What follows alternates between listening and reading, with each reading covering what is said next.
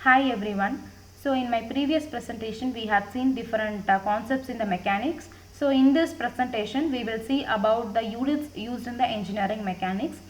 The four different units, like we shall see about the units used for mass, length, time and force. For mass, the dimensional symbol is m, for length L, time T and force F. Right.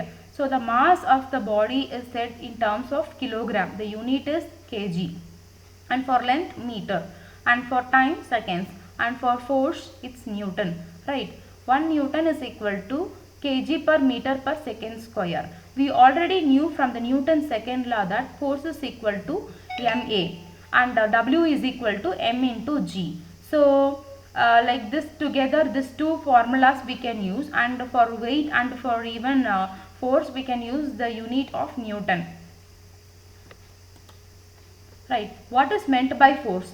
A force is nothing but a pushing or a pulling thing happening. Means the external inertia, the inertia given to a body in order to make a body in the state of rest, or even you need to we need to make it for movement or for motion. The inertia used is called the external agent that is used for starting or stopping the motion is called force. Okay, here you can see a simple figure. One person is pushing and another one is pulling the door, right? So in technical term we can say is a tensile force and compressive force. Tensile force means the forces gets in or comes in, and compressive means goes away, right? Compressive means just elongating. So these two things are said as a force. The SI unit of the force is Newton. So we shall see the definition which is said in the presentation. That is, force is an external agent which is capable of changing the state of rest or motion of a particular body. So it will be having magnitude and direction. Magnitude means it will be having some size or even weight, and it will be having even the direction, right? So that where we apply this force is just considered. Okay. So we shall see about the characteristics of force. For example, as I said that a force will be having magnitude and direction. Okay. And the next two important things is line of action and point of application. Here you can see a block. This block is having a CG of this particular point. Means there is some rope somewhere it is tied, right? And they are just pulling it in one particular point. So it is called as magnitude. The weight of the body is called as magnitude, and this particular line is called, see, actually at this point this body is being tied and it is being pulled. Okay, this point where the line is lying is called as line of action. See, actually imagine there is a rope here. Okay, they are just pushing or pulling this object in one, or okay, in this direction they are just pulling it. Okay, for that this particular rope acts as a line of action, and the theta means from the center point to the line of action the angle is known as the angle of inclination. Okay, and the exact point from where the over the body is being pulled is said as point of application. Okay, clear? So the how much force required to just pull it is said as the magnitude of that particular force, and the direction is this side, right? See, where the arrow mark turns is said as direction. So the main characteristics of force or the elements of force is magnitude, direction, line of action and point of application. Right. See, the point of application is the center of gravity of the point or a point of contact. Line of action means it may be a vertical, horizontal or oblique. Its direction means maybe upward, downward, right, wherever the arrow mark turns. Magnitude means it's like a size of the object. Okay, and it will be having the unit of Newton. Okay, so now I will be continuing with different types of force systems.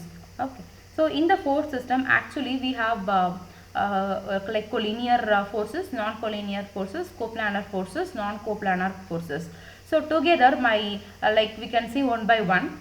The first one is collinear forces. Collinear means we already know that all the forces will be lying in the same line. Next one is coplanar parallel forces. Coplanar means all the forces will be lying in the same plane. Whereas non-coplanar means it will be lying in different plane.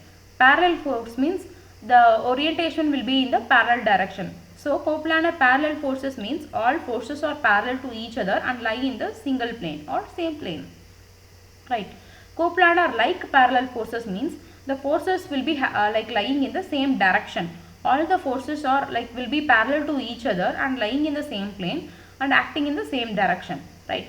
And coplanar concurrent force system. Concurrent means forces meeting at particular point. Non-coplanar means not meeting at certain point.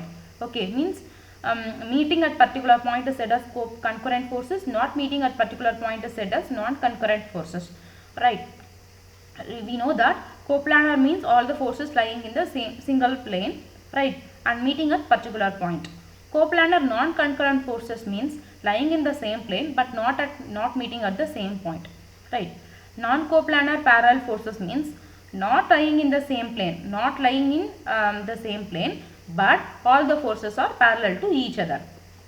Okay, the next one is non-coplanar means not meeting in the same plane. Non-coplanar means the forces will be in different plane, not in the same plane, but meeting at particular point is called as non-coplanar concurrent forces. Non-coplanar non-concurrent forces means all the forces are not in the same plane and not meeting at certain point or particular point is said as non-coplanar non-concurrent force systems. So these are the very important 8 types of force systems, and I have a diagrammatic example for it. First you can see a coplanar collinear forces means coplanar means same plane x y, right, all the forces are in the same direction means collinear. Next is coplanar concurrent. Concurrent means meeting at particular point. See, you can see F1, F2, F3, whatever may be the orientation, maybe gets in or goes away, that is secondary, but it meets at certain point. Okay. Coplanar concurrent collinear. See, same plane. Okay, it's in same line.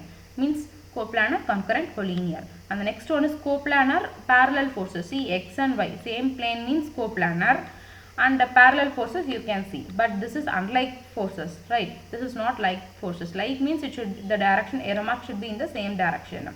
And the next one is coplanar parallel forces. See, coplanar force, it is in x and y direction, right? And non-coplanar concurrent forces means different, let's see, x, y and z axis you can see, means 3 dimensions. So forces comes from different directions, but it meets its same point. So it's called as non-coplanar concurrent forces. And finally, non-coplanar, non-concurrent, non-parallel. See,